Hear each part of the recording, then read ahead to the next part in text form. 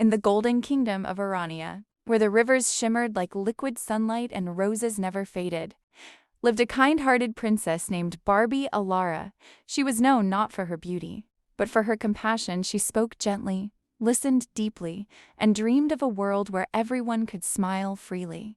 Every morning, Barbie would ride her white horse, Starling, through the royal gardens. But one day she noticed something strange, a melody drifting through the wind, soft and sorrowful, coming from the edge of the forest. Curious, she followed the tune until she reached a hidden glade. There, beneath a tall tree, stood a young man in simple clothes, playing a wooden flute. His eyes were deep as the ocean and filled with secrets. When Barbie approached, he bowed respectfully. "Forgive me, princess. I didn't mean to intrude." Barbie smiled. "Music is never an intrusion," she said softly. They talked for hours about dreams, the stars, and the meaning of freedom. Over time, Barbie began visiting the glade every day. She called him Aaron, the forest musician, but something in his eyes told her he wasn't who he claimed to be. One night, as moonlight spilled over the glade, Aaron finally spoke the truth. "I am not a musician," he confessed. "I am the crown prince of Velmore, cursed by a jealous sorcerer who turned my kingdom to stone. I fled here in search of a heart pure enough to break the spell." Barbie's heart trembled. "And how can the curse be broken?" she whispered. Aaron looked into her eyes. "Only through an act of true courage, by one who risks everything, not for glory, but for love." Without hesitation, Barbie took his hand. "Then let's find your kingdom together."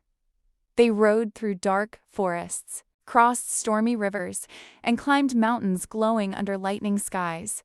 Every challenge made their bond stronger, their faith brighter. At last they reached Velmar, a silent kingdom turned to stone. Every tower, every bird, every person frozen in gray silence. Aaron knelt beside his parents' statues. "This is my home," he whispered brokenly. Barbie's eyes filled with tears. "Your kingdom may be silent, but your heart still speaks." She held his hand, closed her eyes, and whispered, "Love is the light stronger than any spell."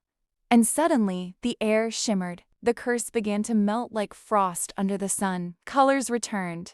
Bells rang, and laughter filled the air. The stone people blinked alive again. Aaron looked at Barbie in awe. "You did it," he said. She smiled gently. "No, we did it, because real magic isn't in wands or spells. It's in kindness and love that never gives up."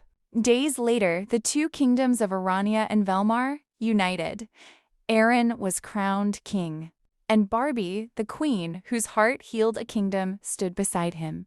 Together, they ruled with wisdom, joy, and peace. And every evening, when the sun dipped low, they returned to the silver tree in the glade where music, once born of sorrow, now sang of love eternal.